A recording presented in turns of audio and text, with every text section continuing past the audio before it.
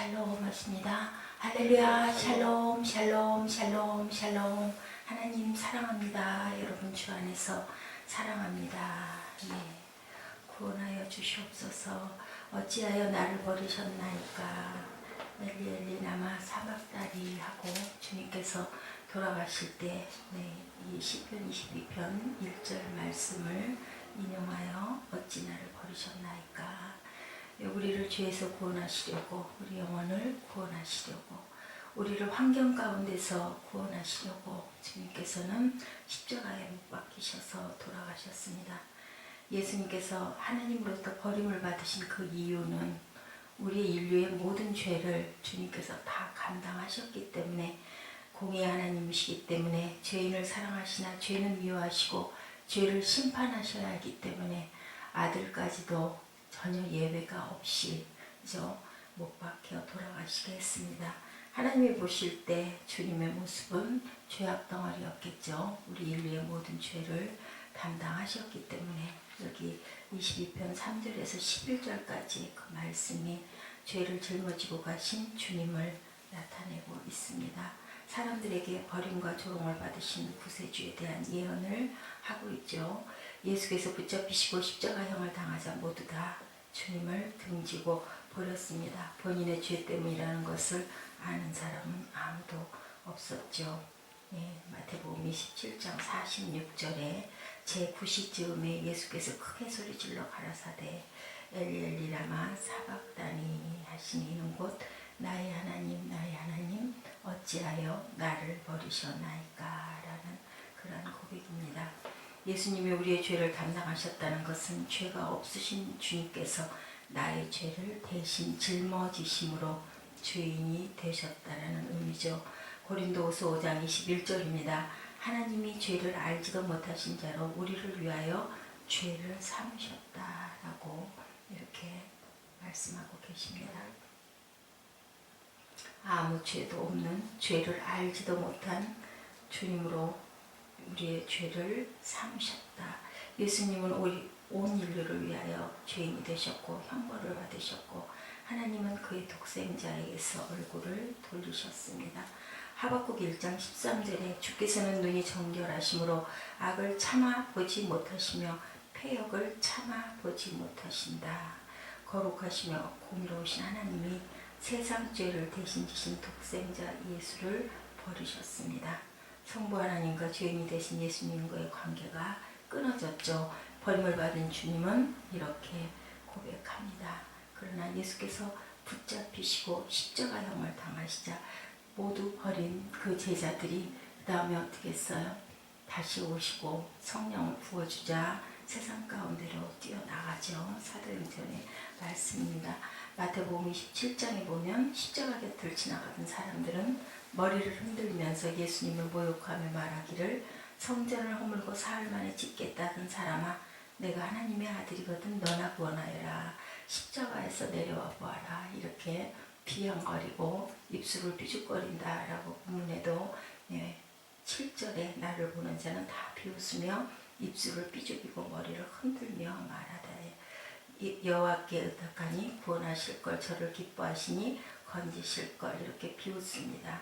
9절에 주께서 나를 모태에서 나오게 하시고 내 모친의 젖을 먹일 때에 의지하게 하셨나이다. 우리는 주님만 의지하고 살아가야 되죠. 왜냐하면 모태에서 나올 때부터 주님께서 우리를 지명하여 부르셨기 때문에 나를 멀리하지 마옵소서. 내가 날 때부터 주께 맡긴 바 되었고 모태에서 나올 때부터 주는 내 하나님이십니다. 아멘, 아멘. 십자가에서 예수께서 우리가 받아야 할 아픔과 고단을 대신 받으셨죠. 12절에서 18절까지 시는 예수께서 십자가에서 당하실 육체적인 고난에 대해서도 예언하고 계세요. 로마 사람들이 제도를 빌려와 흉악범과 정치범에게 사용한 게 바로 십자가형이에요. 가장 더러운 자들을 발이 땅에 닿게 되면 지면이 더러워진다고 발을 땅에서 띄어서 십자가 형틀 그 위에다 발을 모아가지고 못을 박았죠. 사람이 참 잔인하기가 한이 끝이 없다라는 생각을 합니다. 12절에서 18절 내용에는 짐승들이 원금이 되고 있는 말씀이 황소와 소와 사자개 들소 등이 언급되고 있습니다. 십자가 주변에 있는 짐승들, 그 짐승들은 하나님을 주님으로 영접하고 믿기를 거부한 사람들을 나타내고 있어요. 제가 말씀이 길어서 11절까지만 잘라서 읽었습니다. 존 스타트는 그리스도의 십자가라는 책에 다음과 같이 말하고 있네요. 고통으로 가득 찬 이 세상에 사는 우리는 고통으로부터 면제받은 신을 예배하고 경배하기가 어렵다. 나는 아시아의 여러 나라에 있는 불교의 절을 방문하여서 부처 앞에 서 있을 때가 많이 있었다라고 이렇게 증언합니다. 부처의 모습을 보면 부처는 다리를 꼬고 앉아 손을 무릎 위에 내려놓고 있다. 그는 눈을 감고 입에는 미소를 띠고 있다. 그렇죠. 세상의 고통으로부터 멀리 떠나 있는 모습, 고난을 알지 못하는 모습, 주님의 모습과는 너무나 대조적인 그러한 모습입니다. 나는 고난과 아픔을 알지 못하는 부처상 앞에 서 있을 때마다 십자가상에서 홀로 외롭게 고통과 아픔을 겪으며 온몸에는 상처 두송이뿐인 예수님, 손과 발에는 못이 박혀있고 등에는 태장을 맞은 자국이 있으며 머리에는 가시관을 써 이마로부터 피가 흐르며 옆구리는 창으로 찔려있고 이웃은 목말라 타고 있으며 하나님으로부터 버림받아 절규하고 있는 예수님의 모습을 생각해 본다. 존 스타트의 얘기입니다. 십자가상에서 나를 대신하여 고난당하시고 죽으셨다 부활하신 예수님만이 나의 주님이 되실 수 있다. 주님은 고통으로 면제될 수 있는 특권을 다 버리시고 피와 눈물과 죽음이 있는 이 세상에 오셔서 우리를 구원하시기 위해 나를 대신하여 고통을 받으신 것이다. 예수께서 십자가상에서 우리처럼 고난과 고통을 겪으시고 죽으셨다 부활하시기에 우리는 어떠한 고통과 환난을 당한다 해도 그런 것들을 능히 감당할 만하게 되었다. 주님이 사망을 이기셨기 때문에 우리도 이긴 거죠. 그 길을 통과했기 때문에 우리도 새 생명을 받고 우리 역시 부활한 그러한 영혼이 됐습니다. 예수께서 우리의 죄에 대한 형벌 때문에 십자가상에서 우리를 대신하여 죽으셨습니다. 로마서 6장 23절에 죄의 삭은 사망이요 하나님의 말씀을 불순종하고 거역한 죄의 대가는 죽음입니다. 죽음 이후의 죽음, 우리의 육체적인 죽음 말고 또 하나의 죽음이 있죠. 사망 이후의 죽음인 둘째 사망을 성경은 말하고 있습니다. 우리가 두려워해야 할 사망은 첫째 사망인 육체의 사망보다 둘째 사망이에요. 몸은 어쩔 수 없이 가지만 한 번은 다 가지만 제가 어저께도 아이 옷 때문에 갔다가 거기 계신 그 여자분 주인이시라는 분에게 예수를 믿으시냐 보기에 참 사람이 선하게 생겨서 물어봤더니 교회를 안 나간다 하시더라고요. 일산 사시는데. 그래서 열심히 얘기를 하다 왔습니다. 분명히 영의 세계는 있습니다. 우리가 세상을 잘 살다가 가야 되겠지만 그래도 또 우리가 돌아가면 우리 자동차 보험에는 기본으로 다 보험 들면서 하늘나라를 생각하셔야 됩니다. 나이가 내가 보기에는 60대 초반이나 50대 말쯤 되셨더라고요. 그랬더니 그렇긴 하다고 대답을 하시더라고요. 누구도 말을 그 부분은 대답할 수 없는 부분이에요. 아무리 세상에서 성공을 한 사람이라도 돈이 많아도 지위가 있어도 권력이 있어도 그것은 끝이 있죠. 그렇지만 우리 둘째 사망, 영혼의 사망을 이기고 나면 영생의 복이 있기 때문에 그것을 우리는 꼭 생각을 해야 됩니다. 요한계시록 21장 8절에 그러나 두려워하는 자들과 믿지 아니하는 자들과 흉악한 자들과 살인자들과 행음자들과 술객들과 우상 숭배자들과 모든 거짓말하는 자들은 불과 유황으로 타는 못에 참여하리니 이것이 둘째 사망이다 라고 이렇게 증명하고 계시죠. 둘째 사망이란 하나님의 사랑으로부터 분리돼서 지옥으로 던져진 사람들, 세상에서 하나님을 사랑하고 그리고 이웃을 사랑하고 살아야 우리가 영생의 세상으로 달려갈 수 있어요. 누가 붙들어가는 게 아니라 우리는 그 영을 가지면 우리의 고향을 찾아갑니다. 우리가 달려갑니다. 그 길을 갑니다. 좁은 길이라고 그러죠. 그렇기 때문에 세상에 살기가 더 힘들고 공고할 수가 있습니다.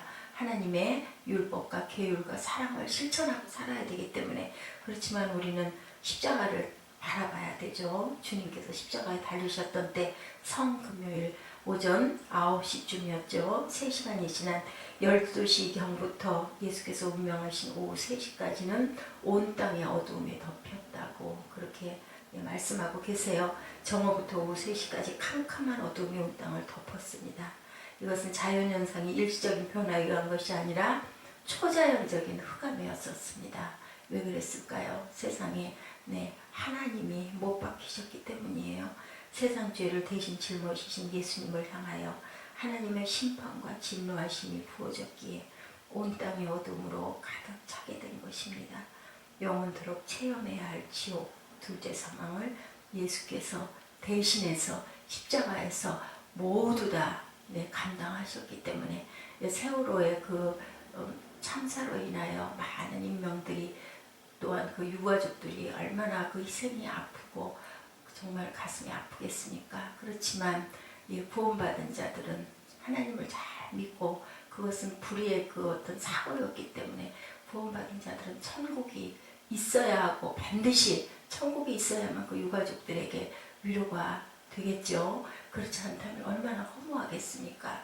분명한 것은 주님께서 우리를 대신해서 그 둘째 사망을 감당하셨기 때문에 영생과 천국의 문이 있다는 거 우리가 깊이 생각하고 항상 오늘이 마지막 날처럼 최선을 다하며 하나님 보시기에 선한, 하나님이 보시기에 기쁘신 그러한 하루를 저희가 살아내야 됩니다.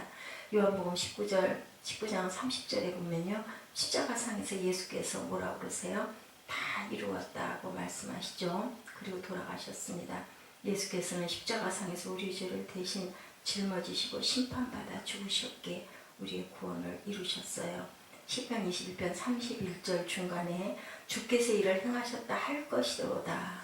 예수께서 하나님으로부터 버림을 받으시며 십자가의 고통과 아픔과 죄의 형벌의 대가를 지불하신 바로 그 순간에 어떻게 됐어요? 휘장이 찢어졌죠. 지성소를 가로막던 휘장이 위에서부터 아래로 찢어짐으로 인하여서 하나님 아버지 앞으로 나아가는 길이 활짝 열렸습니다.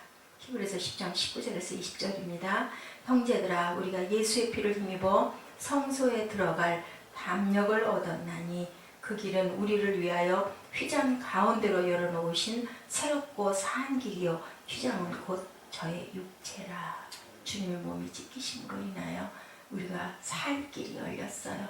우리가 통할 통로가 생겼어요. 굴 뚫죠. 산을 넘어가려고 지름길을 뚫습니다. 그런 것처럼 영생의 문이 열리고 하나님 앞에 나아가는 길이 예수의 피를 힘입어 절대로 피가 없이는 되지 않죠. 희생이 있어야 되는 것처럼 우리가 언제든지 나아갈 수 있는 담력을 얻었다. 우리 앞에는 하나님 앞에 나아갈 길이 이제는 활짝 열렸습니다. 우리는 예수 그리스도의 십자가에서 죽음과 부활을 통하여 구원과 영생의 선물을 받은 사람들이에요. 영원히 갚아도 갚지 못할 주님의 놀라운 구속의 은총을 입은 자들로 우리가 어떻게 살아야 할까요? 순교자적인 증인된 삶을 스티그마를 그리고 가는 세상에 어떤 흔적을 주님의 흔적을 남기고 가는 그러한 증인의 삶. 증인은 그렇다고 그러죠. 우리가 순교자들을 의미한다고 그럽니다. 우리가 주님을 위해서는 죽을 수도 있는 그런 고백이 있는 내 생명이 내 생명이 아니고 내 삶이 내게 아니고 주님이 대신 살고 계시고 주님의 삶을 우리가 따라가기 때문에 신학자 조셉 티손 목사는 공산당이 루마니아를 지배하고 있을 때 영국 옥스퍼드 대학 신학부에서 신학을 공부했습니다. 신학 공부를 마치고 루마니아로 돌아가려고 할 때 수많은 주변의 친구들이 말렸어요. 가면 너는 죽는다. 가지 마라. 공산권에 들어가면 반드시 죽을 수밖에 없다. 티손 목사님은 기도했다고 그래요. 성경 말씀과 순교한 사람들에 대한 글을 많이 읽으면서 기도했는데 순교를 각오하고 자기의 나라인 루마니아에 들어갔다고 합니다. 예상했던 대로 체포되고 많은 고난을 당했어요. 공산당 관리는 티손 목사에게 복음 전하는 일을 중단하지 않으면 죽이겠다고 당연히 그렇게 위협했겠죠. 티손 목사가 말합니다. 당신이 가진 무기는 죽이는 것이다. 그러나 내가 가지고 있는 최상의 무기는 죽어 순교하는 일이다 라고 이렇게 담대하게 얘기를 했대요. 당신이 알다시피 나의 설교 테이프는 전국에 배포되어 있다. 당신이 나를 죽이면 나의 설교 테이프에 피로 인치는 일이 될 거다. 내가 순교당한 후에는 수많은 사람이 피로 밀든 순교자의 메시지를 들으려고 아우성을 칠 것이니 나를 얼른 죽여라 라고 그렇게 얘기를 했다고 합니다. 나의 최상의 승리가 얻어질 것이다. 내가 순교를 한다면 죽음이 두렵지 않다 라고 그렇게 얘기를 했을 때 공산당 관리는 순교하기로 결심한 티손 목사를 집으로 돌려보낼 수밖에 없었다고 그래요. 그 말이 맞거든요. 피로 얼룩진 그 테이프 온 세상에 이 세상에 다 넘치게 되면 그 사람들의 그러한 그 동향을 감당할 수가 없었던 거죠. 티손 목사는 말합니다. 지나간 25년간 나는 살기를 원했기 때문에 겁에 질려 조심조심하면서 나약한 크리스찬의 삶을 살아왔었다. 나는 공산당 정부가 복음 전한 일을 금지시키는 규정을 그대로 다 준수했는데 그것은 내가 살기를 원했기 때문이다. 근데 지금 나는 순교하기로 결심했기 때문에 두려울 것이 없다. 나는 가고 싶은 곳에 가서 마음껏 복음을 증거한다. 이렇게 소리쳤다고 그래요. 그건 뭐예요? 내가 생명을 얻고자 하면 잃을 것이요 내가 잃고자 하면 살 것이다 라는 주님의 말씀이죠. 그래도 그들은 나를 죽이지 아니한다. 그것은 내가 순교하기를 결심했기 때문이다. 지나간 25년 나는 내 목숨을 살리려고 했기 때문에 잃어버린 삶을 살았는데 이제 내가 내 목숨을 잃어버리려고 하자 나는 목숨을 얻게 되었다. 예수님께서 누구든지 제 목숨을 구원하자 하면 어떻게 될 것이요? 잃을 것이요. 누구든지 나를 위하여 목숨을 잃으면 네가 살리라 라고 이렇게 얘기를 했다라는 얘기죠. 우리가 이렇게 하나님께서는 미랄이 땅에 떨어져서 귀한 열매를 맺는 복을 주셨어요. 이렇게 내가 내 목숨을 던지고 주님을 위해서 살겠다고 결심할 때 하나님께서는 풍성하게 양으로 생명을 얻되 더 많은 열매를 맺게 해주시고 그리고 우리는 어디로 갑니까? 영생의 천국을 미련 없이 달려갈 수가 있어요. 우리가 살을 위해 살아도 주를 위해 살고 죽어도 주를 위해 산다라는 우리가 고백을 하죠. 하늘 영광 바라보며 나를 위해 오라 하네. 내가 어디에 있든지 나는 주를 위해서 산다라는 담대한 고백. 이 티손 목사처럼 나를 죽여라. 나를 죽이면 내 십자가의 그 피의 흔적이 온 세상에 흩뿌려질 것이다 라는 고백을 할 수 있는 우리의 오늘 귀한 복된 하루가 되기를 주님의 이름으로 축복합니다. 네, 일어나셔서 기도하는 시간 갖도록 하죠.